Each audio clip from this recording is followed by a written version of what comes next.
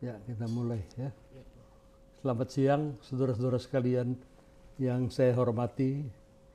Sekarang kita akan membicarakan mengenai branding ya, brand equity dan sebagainya. Nah, kita akan lihat apakah itu brand, bagaimana caranya branding itu ya, bekerja, apa yang disebut dengan brand equity, bagaimana brand equity itu dibangun, terus dihitung dan dimanage, dan apa saja ya, caranya keputusan-keputusan yang penting untuk mendevelop suatu branding strategi.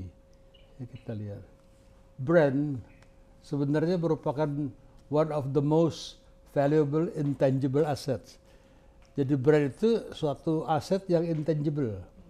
Artinya ada aset tangible seperti barang biasa, kemudian ada aset-aset yang intangible yang tidak bisa diraba, tidak bisa dilihat. Nah, brand ini adalah salah satu aset intangible tadi. Brand ini harus di manage dengan baik, terutama tentang value-nya.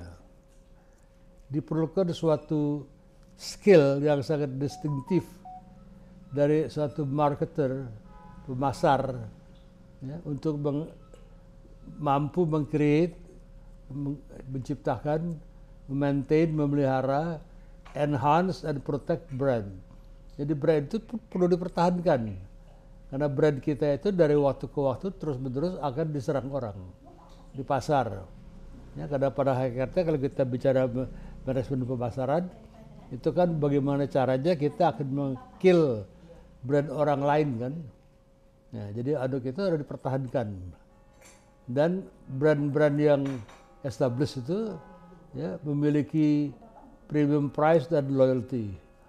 Kita lihat seperti BMW, Mercedes-Benz, itu memiliki premium prices. Dan ada orang yang begitu setia kepada barang-barang itu. Ya, saya tahu betul ada seorang pengacara terkenal ya, di Jakarta. Dan dia kolektor dari mobil-mobil BMW. Ya, namanya Pak Lontoh. Nah, Pak Lontoh itu adalah pengacara terkenal. Beliau mengkoleksi mobil-mobil BMW.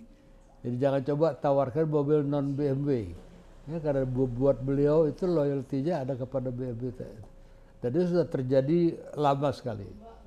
Ya, kalau kita melihat definisi dari amma, ya, apakah yang disebut dengan nama, term, ya, a name, nama, term, terminology, sign, symbol, or design, atau a combination of them, atau gabungan dari kesemuanya itu yang ditujukan untuk mengidentify the goods or services from one seller to another.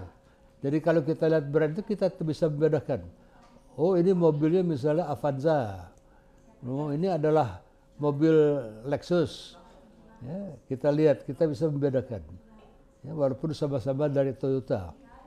Atau kita bisa melihat lagi ini Lamborghini.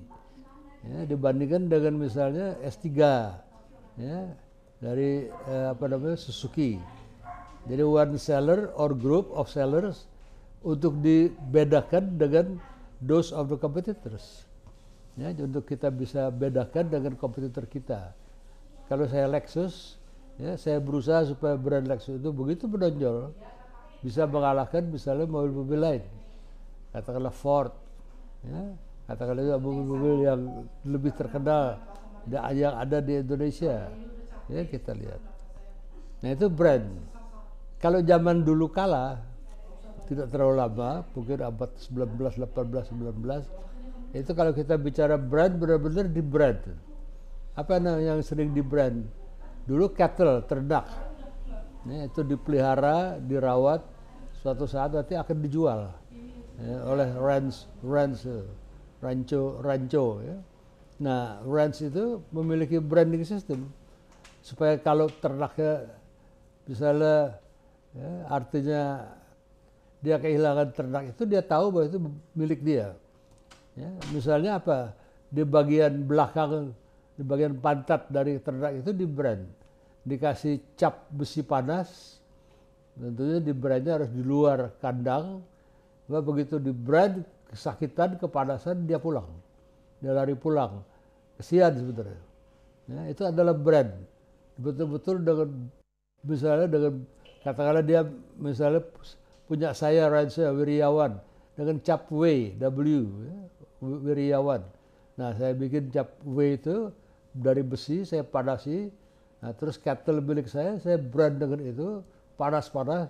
Sampai akhirnya nanti di bagian patatnya kelihatan kalau dia sudah sembuh, artinya cap W tadi itu adalah brand zaman dulu. Saya kira sekarang sudah tidak bisa lagi. Ternak-ternak itu juga kalau perlu diketahui punya siapa, itu paling-paling ditaruh di kupingnya, ya, dikasih suatu identitas, dikasih chip. Anjing-anjing juga begitu, hewan peliharaan. Jadi kalau ada hewan peliharaan itu hilang di jalan di Amerika, di situ saya nggak tahu, dikasih chip. Nah, kemudian chip itu diteliti, nanti ditelusuri siapa pemiliknya, anjingnya bisa dikembalikan ke pemilik. Itu adalah brand yang betul-betul dari dulu. Ya, jadi brand-brand itu, ya, terutama yang strong brand, memiliki berapa atribut. Ya, atribut itu adalah misalnya apa? Excels at delivering desired benefit. Jadi brand-brand itu sangat excels. Ya, untuk apa dia hebat? Delivering desired benefit. Kalau saya punya mobil Mercedes-Benz, delivering benefit ialah saya menaiki mobil Mercedes-Benz itu sangat enak sekali. Ya, tidak kedengaran mesinnya tertutup rapat sekali, stay relevant, selalu sepanjang masa tetap baik. Mercedes-Benz itu. Price to meet perception of value. Ya, jadi harganya juga, ya, sesuai dengan value yang saya nikmati. Ya, kemudian position properly, communicate consistent brand message, well designed brand hierarchy. Ya, jadi ini ada beberapa macam strong brand itu. Ya, saudara bisa lihat, nanti saudara bisa pelajari sendiri satu demi satu. Nah, role of brand, peran daripada brand ini sebenarnya identify source of maker. Saya pembuatnya, saya makernya. Ya, kalau saya pabrik BMW, saya adalah maker dari mobil BMW itu. And assign responsibility to particular manufacturer. Jadi saya tanggung kalau memang BMW itu pasti mutunya terjamin. Ya, itu responsibility dari saya sebagai penjamin. Itu adalah salah satu tugas dari brand tadi. Karena buatan saya ya, manufaktur yang baik, ya, BMW saya pasti jamin keluarnya juga dengan baik. Kita juga bisa simplify product handling by organizing and tracing inventory. Ya, jadi kita bisa product handling, organizing and tracing inventory. Inventory kita menjadi sangat, ya, bagus sekali. Ya, kita bisa tracing di situ. Organize accounting. Ya, jadi lewat brand tadi, ya, kita bisa mengorganisasikan, ya, sistem tata buku kita. Ya. Offer legal protection and unique aspect. Jadi saya jamin ada legal protection, ya, seperti pada Volvo itu dijamin. Kalau sampai ada tabrakan biasa, itu pasti ada side impact protection. Ya, dikasih, ya, suatu atau metal, ya, benda, baja dari kiri kanan, yang kalau tabrakan dari samping di pengemudi akan aman. Side impact protection namanya. Ya, jadi itu terjadi karena Volvo diakui karena keamanannya. Di situ kita melihat unik-unik aspek. Akibatnya Volvo jadi, ya, sangat berat, bisa sampai 2 ton itu. Terus juga menunjukkan quality. Supaya kalau lain kali saya mau beli lagi, memilih brand-brand tadi itu. Kalau saya sedang pada sepatu Nike, lain kali saya beli lagi dengan swoosh itu. Do it, ya, seperti begitu kan. Jadi create barriers to entry. Juga brand itu akan membuat susah, ya, kompetitor akan masuk ke pasar itu. Karena saya memiliki brand yang kuat. Misalnya kopi kapal api itu kuat sekali itu. Ya. Terus serve as a competitive advantage. Tentu sebagai, ya, competitive advantage kalau saya memiliki brand tadi, itu akan membantu saya dalam bidang pemasaran. Secure price premium. Karena brand saya kuat, ya, karena mobil saya misalnya Lamborghini, Ferrari, saya bisa menjual dengan harga yang tinggi. Ya, di situ kita lihat itu adalah bagian-bagian role dari brand tadi. Branding, bagaimana caranya ya, Anda membrand produk.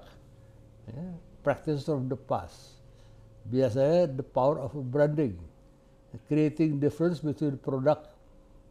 Branding creates mental structure, helping consumer organize their knowledge about production. Itu caranya ialah satu-satunya ya, practice from the past. Ya, how do you brand a product? Ketika dulu saya masih menawarkan, masih menjadi general manager dari Golden Mississippi atau Aqua tahun 76, ya, saya lakukan branding saya dengan apa? Air minum murni yang sudah dimasak pun ya, belum tentu sehat. Nah, jadi saya hantam dulu, karena ketika itu kompetitor saya adalah air ledeng. Nah, jadi saya mesti matikan air ledeng dulu, ya, yang biasa direbus oleh ibu-ibu, supaya mereka jangan lakukan itu, tapi langsung beli Aqua. Ini yang saya lakukan ketika itu. Ya, jadi it can be anything. Jadi apapun yang kita brand itu bisa segala macam. A place bisa, Bali dikenal ya, sebagai salah satu place, tempat untuk ya, artinya turisme. Jadi Danau Toba itu adalah place. Ya, place bisa dijadikan ya, objek dari branding tadi. A person, wah jauh lebih bisa lagi. Kita lihat misalnya Beyonce, ya, penyanyi itu juga menjadi person. Dulu ada Michael Jackson, dulu sekali ada Elvis Presley. Ya, Elvis Presley itu betul-betul a person. Ya, dia punya brand kuat sekali. Ya, demikian Michael Jackson. Sampai suatu saat mereka pudar, kemudian digantikan oleh orang yang lain. Atau produk sudah biasa itu, atau service establishment. Service misalnya kalau kita kuliah kita tentu ingat misalnya Untar, ya, kita ingat lagi misalnya Binus, kita ingat lagi Atmajaya, ya, itu biasanya yang teringat Trisakti, itu adalah service establishment kalau kita mau belajar. Ya, kita lihat segala macam bisa ya, artinya di branding, bisa tempat, ya, di kita lihat. Nah, sekarang kita tiba pada namanya brand equity. Brand ini memang agak banyak sekali pengertian brand. Ada brand equity, nah, jadi brand endowment dan sebagainya. Jadi yang terkait dengan brand akan banyak sekali. Mungkin kalau pertama kali saudara dengar, saudara akan pusing kepala, ya, sakit kepala. Terlalu banyak dikaitkan dengan brand. Belum brand equity, belum brand endowment dan sebagainya. Nah, ini brand equity, the added value endowed on brand. Jadi apa added value tadi yang ada pada satu brand? Ada customer based brand equity. Ya, di situ differential effect brand knowledge, ya, has on consumer response to the market of the brand. Jadi kalau kita brand equity bisa positif atau negatif, ya, consumer base. Bahwa apa? Nanti kita lihat apakah di situ kita lihat ya, differential effectnya lebih besar apa tidak. Kalau satu brand misalnya lebih banyak negatifnya, tentu dia brand equity-nya rendah sekali. Kalau satu brand lebih banyak positifnya, dia sangat baik sekali. Ya, kita lihat kebanyakan brand adalah value-nya positif biasanya. Kalau value negatif, saya kira perusahaannya tidak akan melaunching dari awal-awal. Nah, tentunya kita harus hati-hati. Ya. Itu adalah brand equity. Dilihat apakah kalau di launching brand ini akan menambahkan ya, equity lebih banyak hasil-hasil positif daripada hasil-hasil negatif. Itu kadang-kala kita tidak cepat menangkap itu. Dulu ketika Rinso mau dipasarkan, ya, di satu pihak dia punya brand equity yang bagus, ya, yaitu dia bisa mencuci lebih bersih. Ya, ternyata juga ada komplain karena orang-orang yang punya baju berwarna tidak mau bajunya menjadi bersih, berarti bajunya menjadi putih jadinya. Padahal dia menghendaki berwarna. Nah, Rinso juga mengubah ya, brand equity tadi yang mencuci yang putih, ya, lebih putih, sedangkan yang berwarna lebih cemerlang. Jadi di situ kita melihat ya tidak cepat bisa ditangkap sebelumnya apakah pada launching itu kelihatan kelemahan dari brand-brand tadi. Baru setelah berjalan berapa lama, buru-buru ketahuan ada komplain, terus buru-buru diperbaiki. Itu adalah sepanjang brand equity. Brand equity mesti positif. Makin tinggi tingkat positifnya, makin besar brand equity-nya. Karena dikurangin segala yang negatif-negatif, hasilnya itulah brand equity tadi. Ya, kita lihat. Nah, kalau kita lihat key ingredients of customer base, ya, kita lihat arises from difference in consumer responses. Kalau tidak ada difference occurred, ya, jadi brand name itu menjadi essentially commodity, ya, based on price. Makanya dilihat ada nggak, ya, brand equity tadi. Ya, Aqua sekarang sudah menjurus kepada yang disebut komoditi. Aqua karena market share-nya tinggal 53%, ya, dia berusaha mati-matian supaya tetap tinggi, kalau tidak dia menjadi, ya, suatu komoditi nanti. Kalau dia menjadi komoditi, dia tidak lagi bisa bicara mengenai core value-nya, tidak ada sama sekali. Kita lihat apa itu misalnya komoditi beras. Ya, beras dulu juga dilihat berdasarkan, ya, misalnya tidak ada gabahnya, ya, beras Cianjur paling-paling itu. Sekarang beras pun sudah mulai, ya, dikasih brand sekarang. Beras cap mangkok merah, ya, makanan raja-raja Thailand dan sebagainya. Buah-buahan dulu begitu. Sebab kalau kita katakan komoditi, langsung tidak ada value sama sekali. Ya, dulu orang membeli buah itu tinggal lihat saja. Pepaya lebih bagus apa tidak, kita tinggal lihat. Ya, kalau memang lebih bagus ya kita beli. Makanya ada pepaya Bangkok, pepaya Cibinong. Belakangan pepaya pun sudah di branding. Ya, ada pepaya, ya, dari Sun Pride dan sebagainya. Karena dia sudah ada pepaya Bangkok, pepaya Hawaii, ya, pepaya California, semua dikasih brandnya itu dari Sun Pride tadi, perusahaan yang menghasilkan pepaya tadi. Nah, begitu dia menjadi komoditas, begitu dia branded, langsung harganya menjadi mahal. Karena dia bisa naik kelas, ya, tidak lagi sembarangan dia hanya bisa menjadi komoditas-komoditas. Kalau dia komoditas, dia tidak lagi bisa bersaing dengan berdasarkan value. Hanya dari harga saja. Komoditas bergantung. Nanti kalau Aqua menjadi komoditas, itu sudah mulai gejalanya. Orang minta Aqua dikasih Fit mau, ya, dikasih brand lain mau. Makanya Li Mineral kita keluar mati-matian mengusahakan supaya jangan mau beli Aqua tapi Le Mineral. Ya, itu di situ mereka mau meningkatkan value-nya. Begitu masuk ke dalam jurang komoditas, barang itu kehilangan value, tidak bisa lagi bersaing, ya, tanpa suatu, ya, value yang tinggi, yaitu brand tadi. Beras, ya, cap mangkok merah, cap topi koki, ya, terus buah juga begitu, ya, buah pisang juga Sun Pride yang kita lihat. Ya, kalau tidak, pisang menjadi pisang komoditas. Nah, kita lihat di differences in result of consumer brand knowledge. Kita kenal istilah baru lagi, brand knowledge.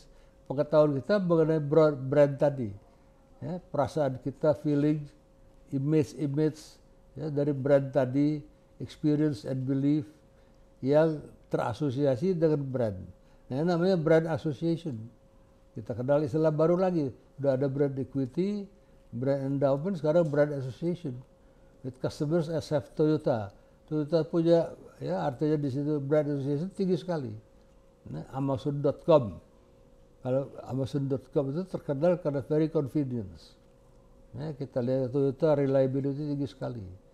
Brand equity is reflected in persepsi. Ya, itu adalah gabungan dari persepsi, preference, behavior related to all aspect of the market. Stronger brand lead to greater revenue. Ya, makin hebat, makin kuat, dia menjadi greater revenue-nya menjadi lebih besar. Ya, artinya keuntungannya lebih besar. Kopi kapal api menurut saya kuat sekali, tapi akhirnya ini dihajar habis-habisan, ya, dibenturkan dengan beberapa merek-merek baru. Dulu Torabika itu coba, ya, mengalahkan kopi kapal api, ya, dia belanjakan uang kira-kira waktu itu, ya, 4 juta US dollar, dia hanya dapatkan 3% dari market share kopi tubruk waktu itu. Nyaman kopi tubruk. Sekarang kopi hampir semuanya kopi, ya, ya disebut kopi tubruk lagi, tapi adalah seperti Nescafe gitu. Ya, jadi kopi tubruk sekarang eranya sudah makin lama makin hilang. Sekarang kopi kapal api juga sudah menghasilkan, ya, bukan kopi tubruk lagi, tapi sudah seperti Nescafe tadi. Ini kita lihat makin lama makin kehilangan. Ya, bisa terjadi, ya, karena orang boleh meninggalkan kopi tubruk. Kopi tubruk itu adalah kopi, ya, kemudian diseduh dengan air panas. Nah, begitu jadi kira-kira 3-4 menit, ya, dicampur gula, kadang-kadang pakai susu, terus diminum. Itu kopi tubruk. Nanti ketahuan kalau orang makan kopi tubruk, minum kopi tubruk, nanti ada bekas-bekas bubuk kopinya di, ya, mulutnya. Nah, kalau seperti Nescafe itu, kopi instan tidak terjadi seperti itu. Nah, kita lihat, ya, persepsi itu berubah, preferensinya menurun. Sekarang hampir semua kopi adalah kopi, artinya kopi Nescafe itu, ya, kopi instan.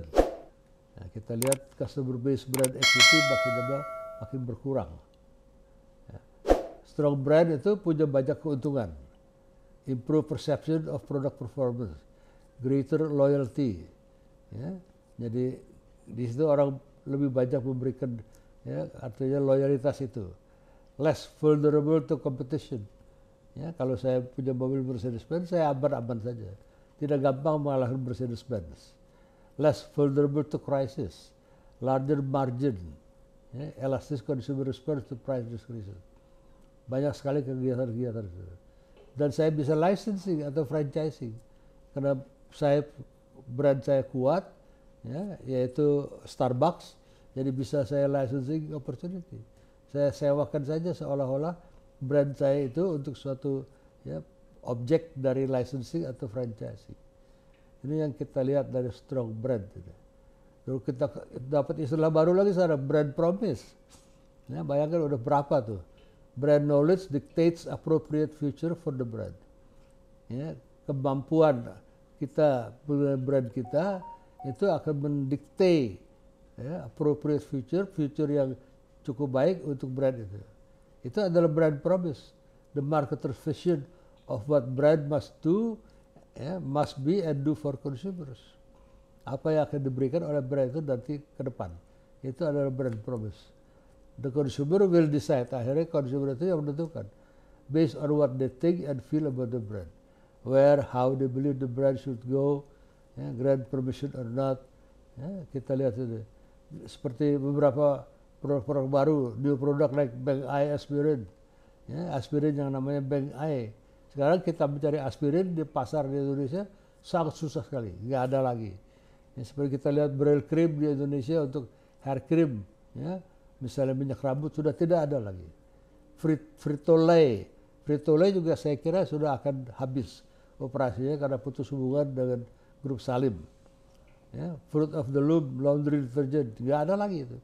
Fruit of the Loom saya tahu itu adalah, ya, katanya celana dalam untuk laki-laki, murah sekali.